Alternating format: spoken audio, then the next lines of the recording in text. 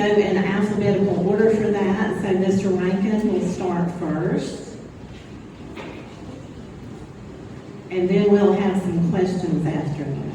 Okay? Everybody ready? All right. Representative Luke Rankin, you may applaud. Well, good evening. How's everybody doing tonight? It's good to be here. I'm Luke Rankin. I serve you guys in the South Carolina House of Representatives, and I'm joined by my much better half, Hope, my wife, and Ellie, my daughter, and there's another girl cooking in the belly. A couple more weeks and she'll be here. But it has been an honor of a lifetime to serve you guys in Columbia. There's a lot going on. There's a lot going on. And when there's a gubernatorial election cycle like we have right now, you hear a lot of the negatives about what's terrible about South Carolina. But why are so many people moving here? We have something special. And so we want to keep what's special. And I'll tell you this, with all the Democrats moving here, I got to tell you, I don't want any of those people moving here. But I'm a small business owner. I know what it's like to pay taxes and the not so fun things about running a business. But I want to take that experience to Columbia, and I want to continue making South Carolina a better place to live and continue making America great again. And one thing I've been really excited about is with Trump back in office, we have an executive leadership in Washington that is not stopping what we do in South Carolina. So we voted to ban DEI in South Carolina. We voted to ban men out of women's bathrooms. It's crazy that we're even talking about this in 2026, but yet we are. We voted for the largest state tax cut in South Carolina history. And one of the things I'm really proud about was I voted to fully fund the Attorney General's Office Illegal Immigration Enforcement Unit. So just like President Trump has secured our border, I'm doing what I can here in South Carolina to make sure that we have safe communities and making sure that we're deporting people that actually are not supposed to be here. There's a lot of incredible things that I want to also talk about a little bit later on. Hopefully we have the opportunity. Who's keeping up with the redistricting battle going on in South Carolina? We're going to get rid of Jim Clyburn, and we're going to send 7 Republicans to Washington, D.C. to make sure that we continue to unleash American energy, that we continue to make America great again, and that we make sure that we're not going to have the last 2 years of Trump's presidency muddied up by more impeachment theatrics, more bogus political witch hunts, and we're going to make sure that we get this done. It's in the Senate now. I was honored to lead the fight in the House. It's actually my bill. I've been honored to work with leadership, working with the Senate to make sure we get this across the finish line. We're almost there. And make sure you stay tuned. So good things are coming in that respect. Thank you.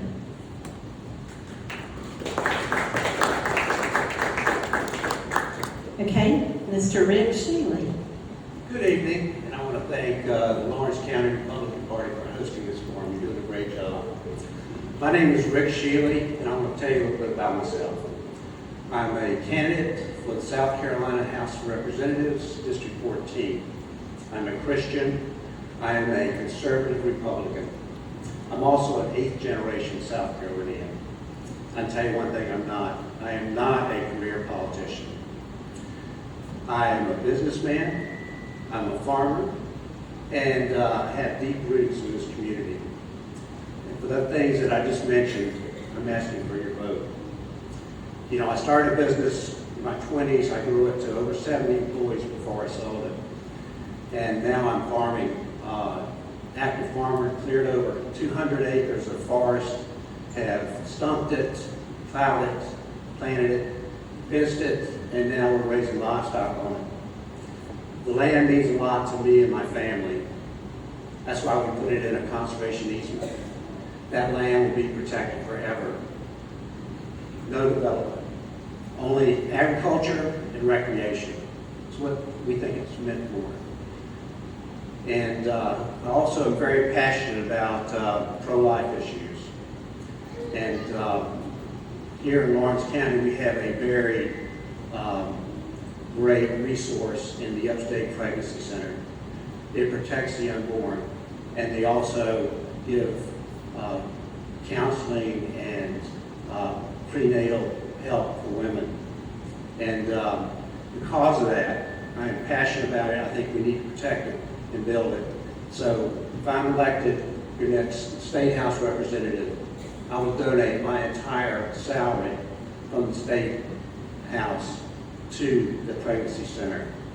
And I think that that will make a big difference, because every dime, every nickel, every penny of that money will go to helping women and families and saving babies. Also, I am passionate about term limits. I think that's one of the reasons that we have problems. I'm not a career politician, and because of that, I think it's good for the state and good for the country if we limit ourselves. Stewart limited himself to 6 years, and that's what I intend to do. I've signed the term limits pledge. I will limit myself to 3 terms, 3 2-year terms. That's 6 years in the House. And so I'll hit the ground running and we'll get some things done. Also, I want to tell you the reason I am going to Columbia is because I think it's time to bring conservative, common sense leadership back to Columbia. You know, and I think that it's important to protect the unborn and be conservative while I'm down there. Thank you. Thank you, Mr. Shealy. Okay, we have a warm-up question. I love these warm-up questions. I like these better than I do the real questions. Okay, here we go. We truly, as I'm sure you guys can agree, have a proud heritage here in the upstate and particularly in Lawrence County. On this day in South Carolina history, did you know, I like to do that, Luke, because I've watched y'all do that at the State House. Did you know that patriots arrived in the upstate on this day to lay siege to the British Army at the then occupied British outpost called 96? Did y'all know that? That was May 21st of 1781. And just 2 days after that, May 23rd, South Carolina officially ratified the Constitution, becoming the 8th state to join the Union. Celebrations are occurring all over South Carolina and the nation as we celebrate 250th anniversary of these United States. Right here in Lawrence County, actually in this wonderful museum, there are exhibits and events being planned. We have many historical sites of battles right here in Lawrence County and all through the upstate. So the fun question is, among the many South Carolina patriots that contributed to our rich history, tell us a little about a patriot whom you admire and why this history is important to pass on to the next generation. Okay, I need a 1 through 10. Okay, Luke, what number? Let's do 2. 2. Really? 7. 7? Okay, is it 2 or 3? Okay, Mr. Rankin. Wow, 250 years as a country. It's incredible. And, you know, we have so much history here. One of the facts that people don't actually know about Lawrence County is within a 50-mile radius of where we're actually sitting tonight, more battles and skirmishes in the Revolutionary War happened. And it's incredible. And so we have so much history right here in Lawrence County.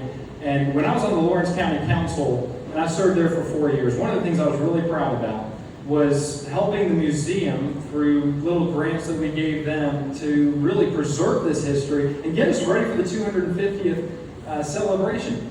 When I got elected in 2020 on county council, I was like, man, 2026 is far down the road, and yet here we are. And it's amazing. And, you know, I'm a big history guy. And we have to make sure we preserve our history and make sure that the next generation knows what we fought for and what our forefathers fought for. Because there's a lot of, you know, bogus history being taught in our classrooms now, and only portions of history, not the whole story. And our founding fathers, yeah, they had their fair share of mistakes, but guess what? We do too. And nobody's perfect.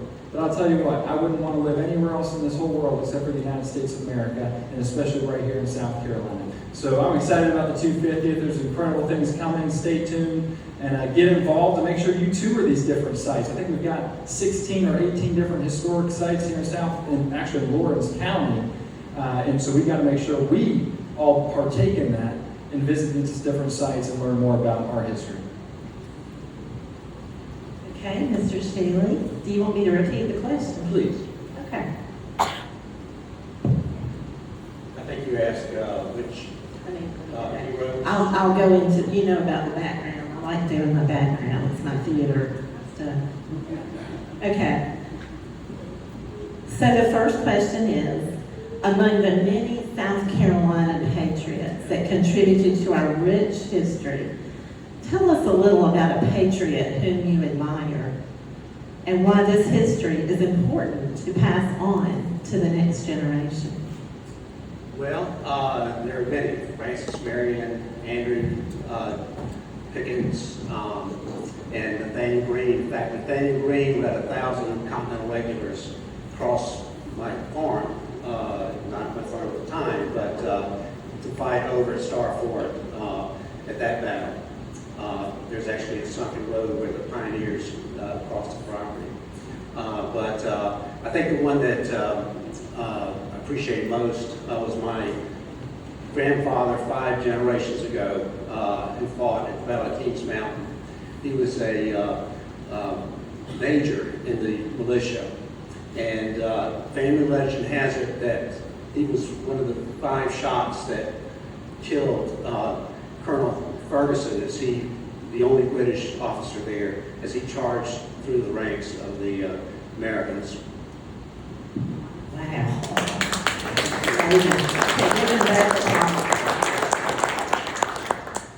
All right, so question 1, and I guess, Luke, this one will go to you first. Because that other one was a warm-up. Is that okay with you, Mr. Shealy? Okay.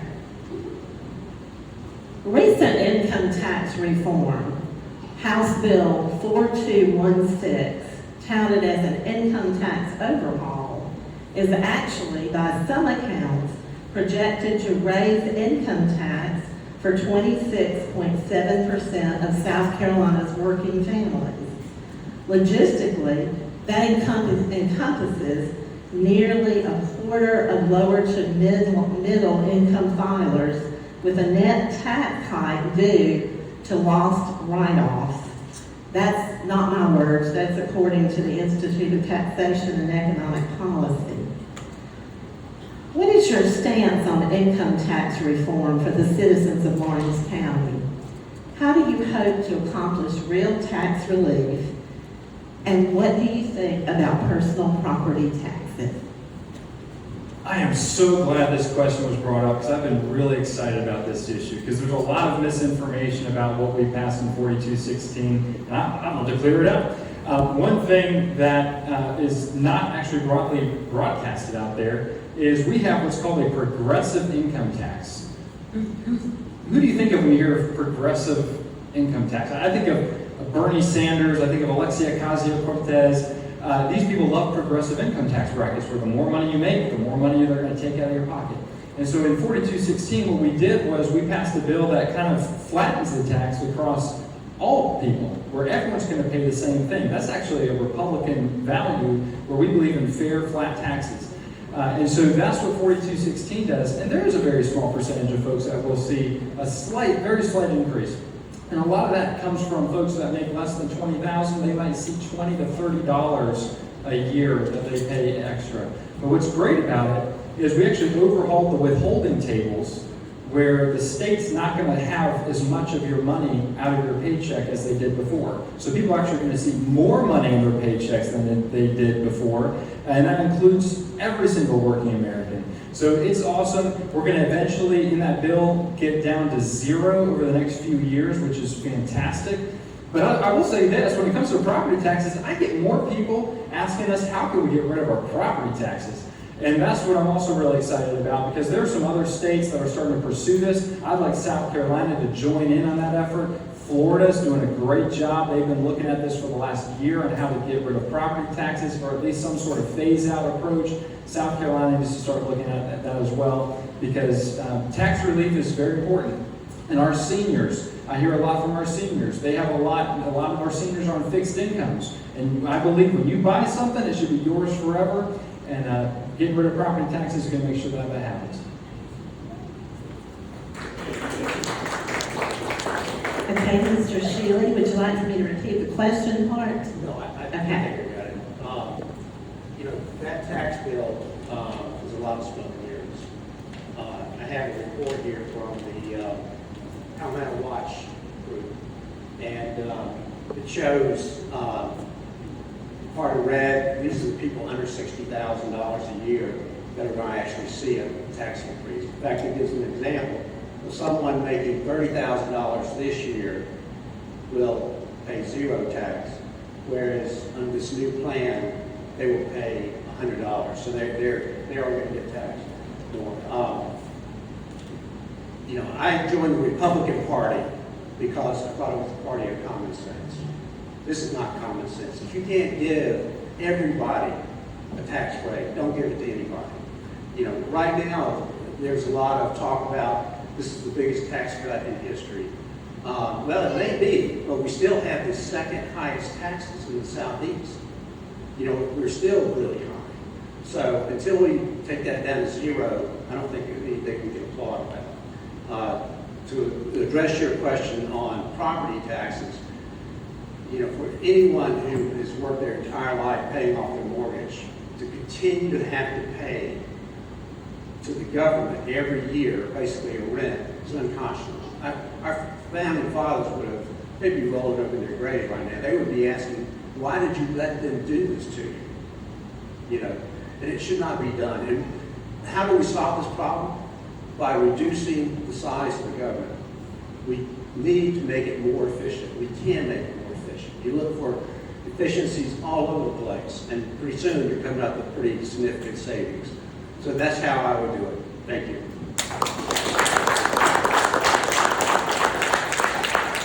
Okay, next question. And this will go to Mr. Shealy first. Lawrence County is a rural farming community. As I look out across the audience, I see several people who have given their whole lives to farming. Our farms are being threatened by large developments, and property owners who are financially stretched may have the pressure to sell because of large housing developments in some instances in order to survive. Mr. Rankin serves on the Ag Committee at the State House, while Mr. Shealy owns farm property in Cross Hill. Mr. Shealy, what do you think is the #1 issue concerning our farmers in rural community? And what will you do to support Lawrence County farmers? Well, I think the #1 issue right now is rain. We need some rain bad. So hopefully this rain coming this weekend will really help us. But farmers are subjected to a lot of different factors, like the weather, markets, those kind of things that are out of government's control.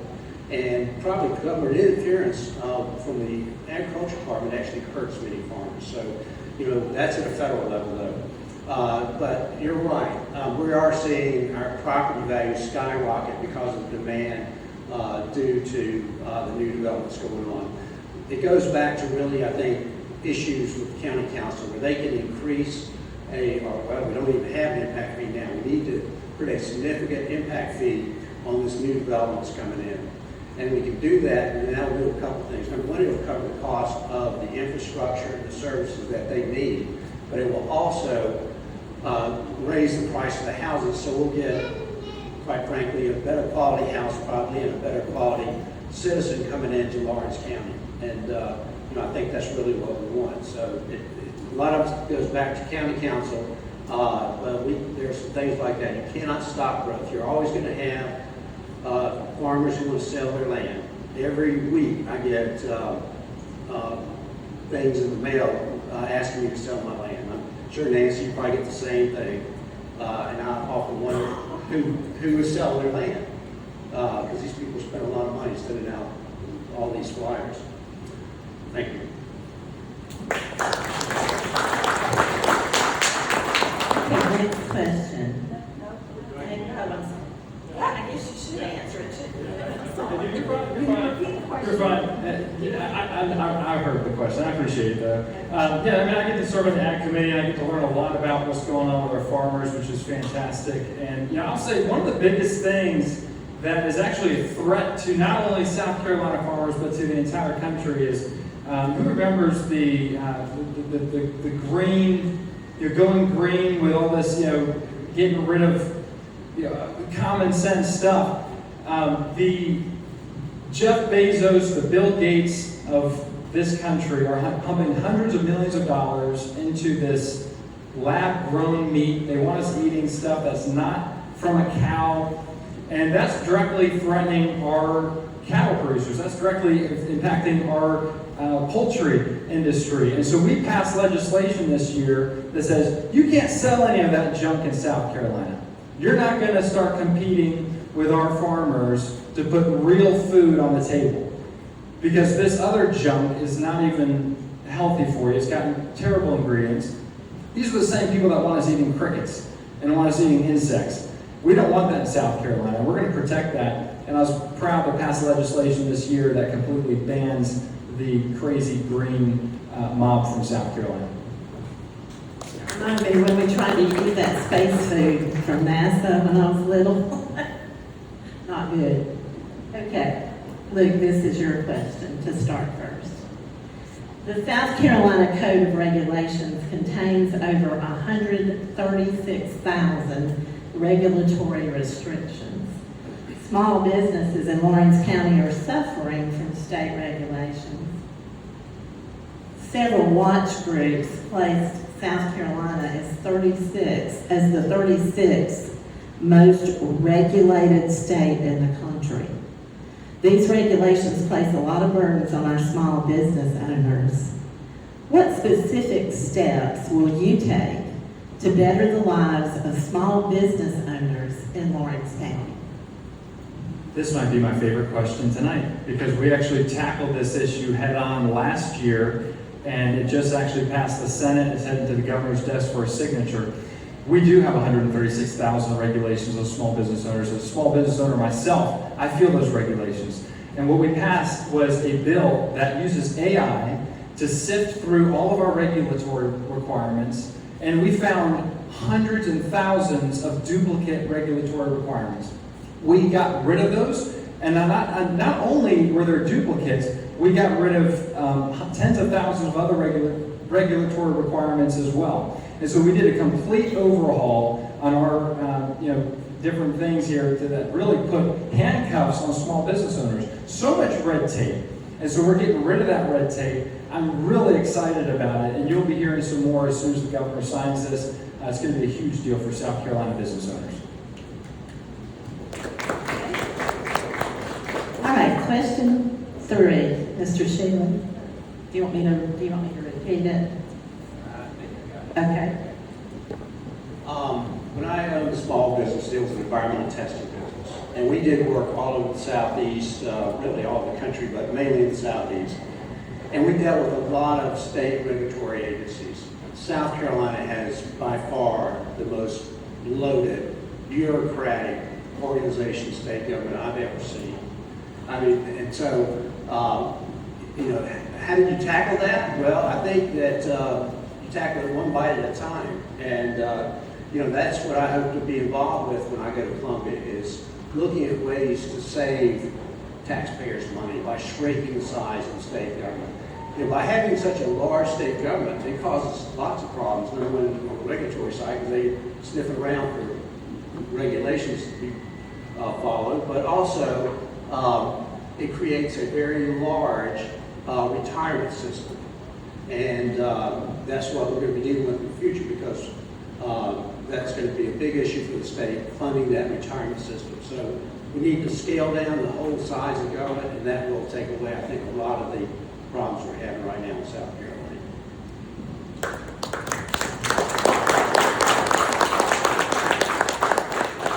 Okay, Mr. Shealy, you're first on this question. We have so much new growth in Lawrence County, and we've all talked about that tonight. We're being flooded with new housing developments and people moving in here like in droves, as you know. There are more people moving into South Carolina than any other state. Lawrence County and the upstate are running out of room for all this overgrowth of population.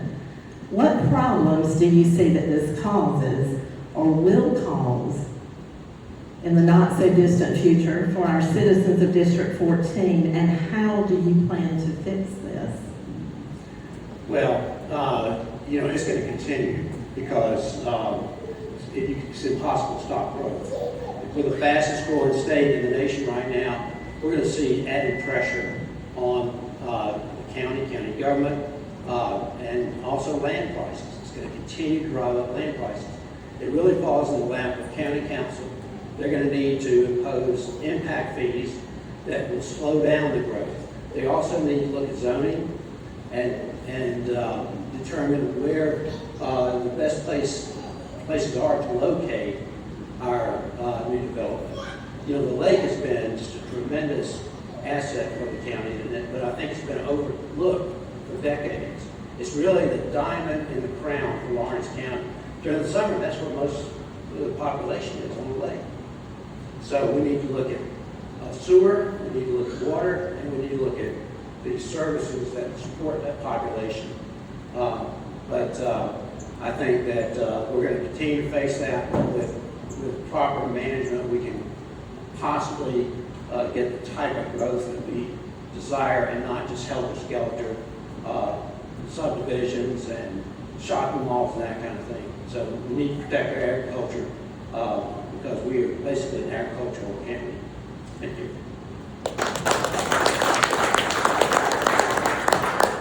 Yeah, so there are different levels of government, and county council is responsible for dictating and setting the policy for how a county grows. And so I would defer to the county council in a lot of respects to developments. The state really doesn't have a lot of jurisdiction in that way. And so I often tell people, local government, county council, city council, school board, you honestly have more impact on your community's future than perhaps any other position in office in the entire country. And what I will say is South Carolina, we do need to be careful. I talked about, we have people moving here from all over the country.